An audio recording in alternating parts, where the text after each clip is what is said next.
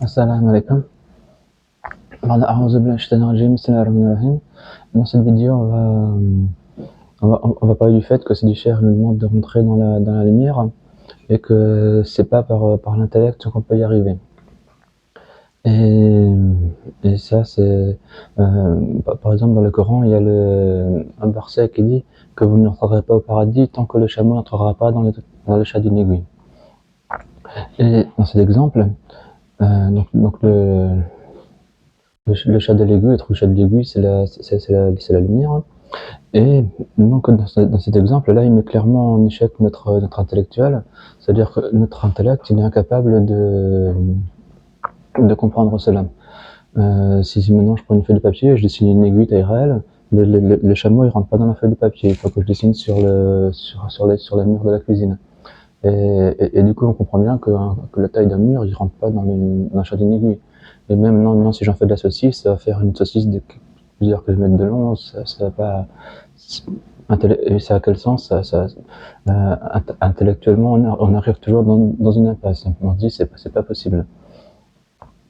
Alors que quand on regarde, il suffit de regarder les témoignages des différents Fouqara, des différents disciples de la Tariqa, et dans plusieurs témoignages, on entend les disciples dire, si Shamoura faisait la Karim, dire j'ai regardé la lumière, je suis rentré dans la lumière.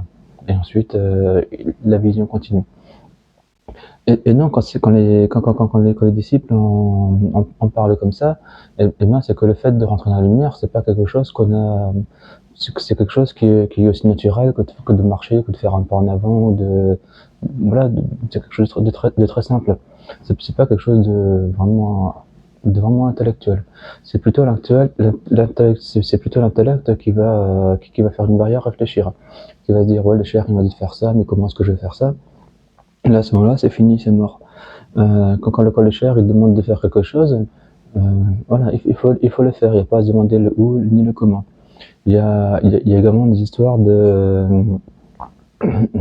par exemple, de chers qui ont procédé avec leurs disciples, et leurs disciples, le cher il demande aux disciples de faire